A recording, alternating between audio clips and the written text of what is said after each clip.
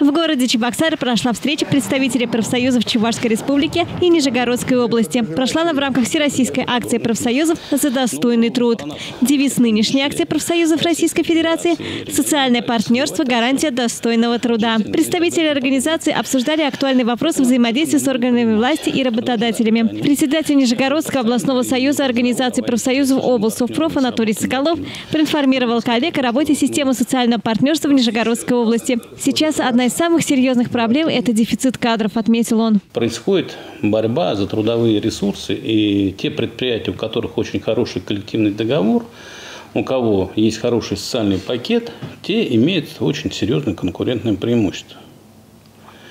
То есть надо отдать должное нашим предприятиям, особенно с государственным участием капитала, то, что они эту работу очень серьезно проводят. Это предприятия и железная дорога, и атомщики, предприятия атомной отрасли, и тот же самый, хоть частное предприятие, Горский автомобильный завод, это раньше назывался ПАО «Группа ГАЗ».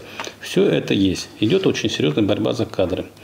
Однако, вместе с тем, несмотря на то, что уровень безработицы находится на самом низком уровне, я считаю, эта проблема заключается в том, что, к сожалению, происходит очень серьезная убыль населения. На встрече обсуждались работы региональных трехсторонних комиссий по регулированию социально-трудовых отношений, вопросы, касающиеся заработной платы, безопасных условий труда, соблюдения социально-трудовых прав работников. У нас на сегодняшний день мы считаем, что все-таки в республике сложилась достаточно такая работоспособная система взаимодействия органов власти, работодателей и профсоюзов.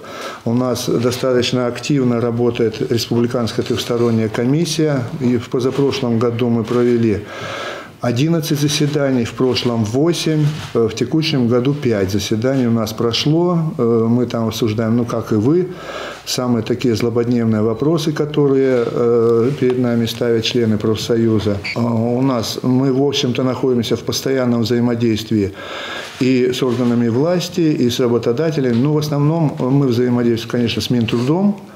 Отраслевики работают со своими министерствами.